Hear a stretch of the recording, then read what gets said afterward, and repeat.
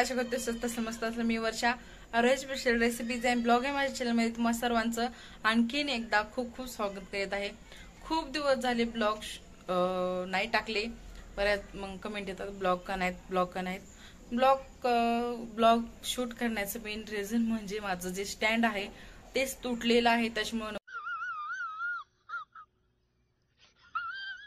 मला शूटिंग करायला खूप प्रॉब्लेम होत आहेत आणि एकटीनेच मोबाईल पण धरायचा किंवा मग जे घरातलं काम आहे ब्लॉग शूट करताना जी रेसिपी करायची आहे जे काही टिप्स द्यायचे आहेत तुम्हाला तर ते मला अशा पॉसिबल होत नाहीत. त्याच्यामुळे ना ब्लॉग येत नाहीत. पण जे मी ब्लॉग टाकत आहे ते म्हणजे जेव्हा हातात कॅमेरा धरल तेव्हाच पॉसिबल होते मला. तर मी ऑनलाईन स्टँड मागवले आहेत 2.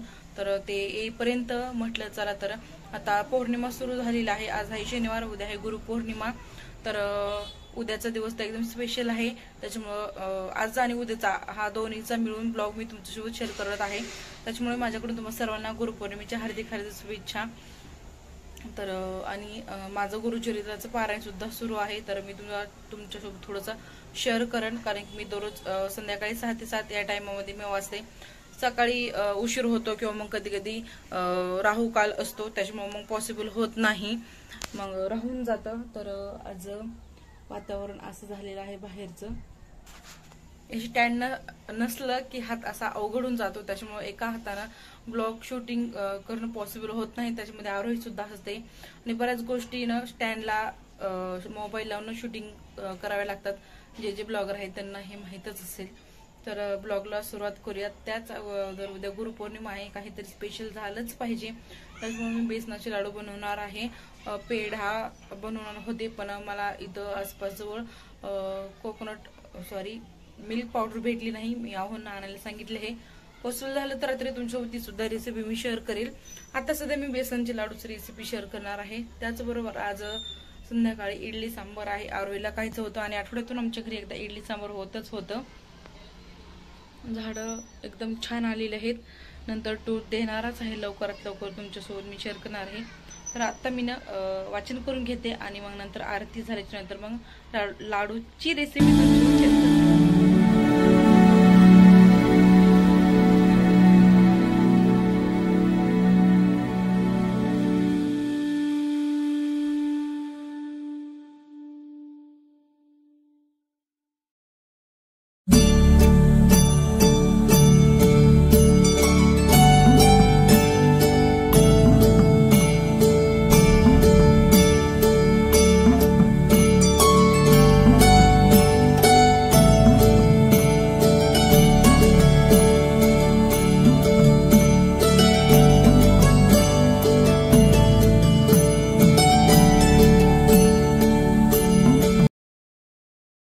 पात्राला इडली लावलेली आहे आणि एकीकडे मी बेसनचे लाडू करून घेणार आहे.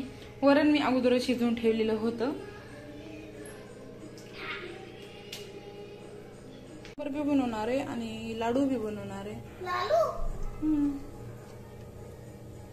तर तूप लागल असंच टाकून घ्यायचंय आपल्याला अगोदर. या ठिकाणी मी हे 2 चमचे मोठे टाकून घेतलेले आहे. त्याच्यात बेसन पीठ टाकून हलवायचं आहे. सतत हलवत राहायचं आहे. लाडू बनवताना ही एक आपल्याला काळजी घ्यायची आहे. आणि लोखंडाची कढई किंवा तुम्ही कोणतीही कढई घेतली तर जाड बुडाचीच घ्यायची जेणेकरून बेसन पीठ खाली चिकटणार नाही.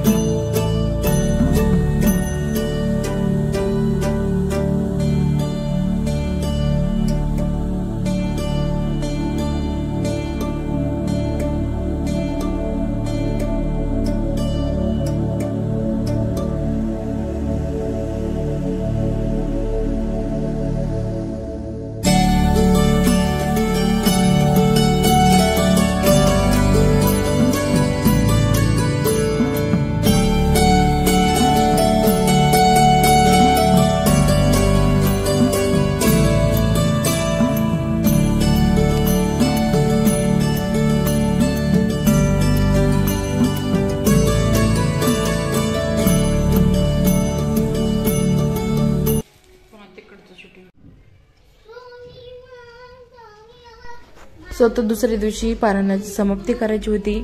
सत्यनारायण महाराजांची पूजा घालायची होती मला, तर त्या सगळ्या पूजा आवरून घेतल्या. संध्याकाळी 3-4 वाजले होते. त्याच्यानंतर स्वयंपाक वगैरे मस्त असा केला होता मी. म्हणजे तर स्वामींना पुरणपोळी आवडते, तर वरण भात, कांद्याचे भजे, बेसनाचे लाडू असे वेगवेगळे पदार्थ आवडतात. तर 2 ते 3 पॉसिबल जेवढे होतील तेवढे बनवायचे मी बनवले होते. आणि संध्याकाळी जायचं होतं स्वामी केंद्रामध्ये.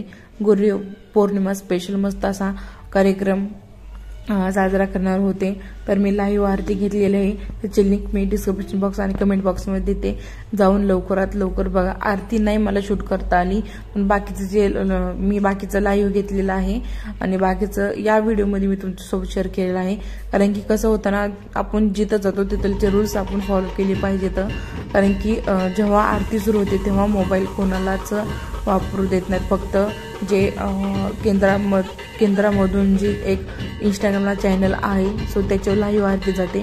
फक्त एकच मोबाईल चालू असतो आणि त्याच्यामुळे मग बाकीचे सगळे मोबाईल बंद असतात. त्याच्यामुळे मी अगोदर घेत होते लाईव्ह आरती, पण आता नंतर घेत नाही. आरतीच्या अगोदरचे जे नामस्मरण असतं त्याचे मी खूप सारे लाईव्ह घेतलेले आहेत. हे 2 लिंक मी कमेंट बॉक्समध्ये देते.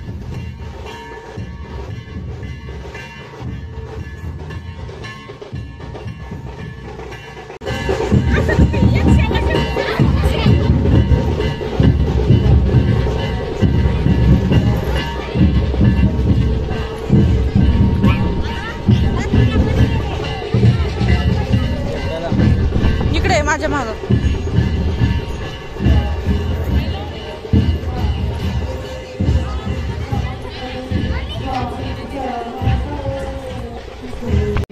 स्वामी समर्थ स्वामी समर्थ महाराज स्वामी समर्थ स्वामी समर्थ श्री स्वामी समर्थ स्वामी समर्थ.